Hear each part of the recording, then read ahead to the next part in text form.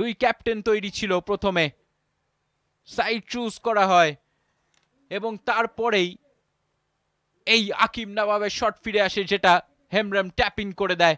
দীপাঙ্কুর শর্মা খুশি হয়ে যায়।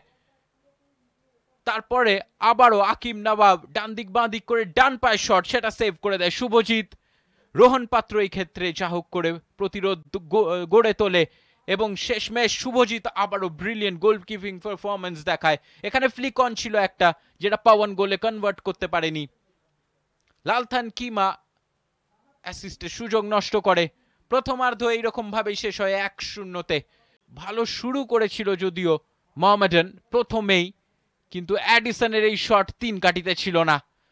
আকিব নবাব আবারও ইনসাইড কাট করে টার্গেটে রাখার চেষ্টা করলেন, হলো না, এবং মোহাম্মদ রুবেলের শট ক্রস পিসে লেগে প্রতিহত। আকাশ হেমব্রম দূর কোণ থেকে মারলেন, কিন্তু শুভজিৎ বাঁচালেন এবং তারপরে ট্যাপ ইন হলো না।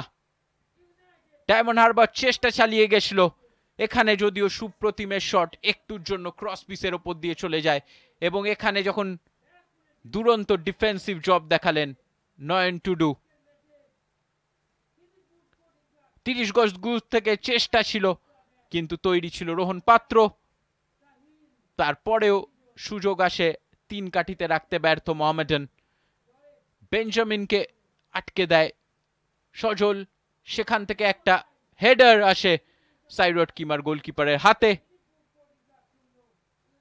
শেষমেশ এটাই স্কোর লাইন ছিল। আকাশ হেমব্রমের গোলে অনবদ্য একটা জয় পেয়ে গেল ডায়মন্ড হারবার এফসি। ফুল টাইমে নৈহাটিতে ডায়মন্ড হারবার এফসি 1-0 গোলে হারিয়ে দিল মোহামেডান এসসি কে।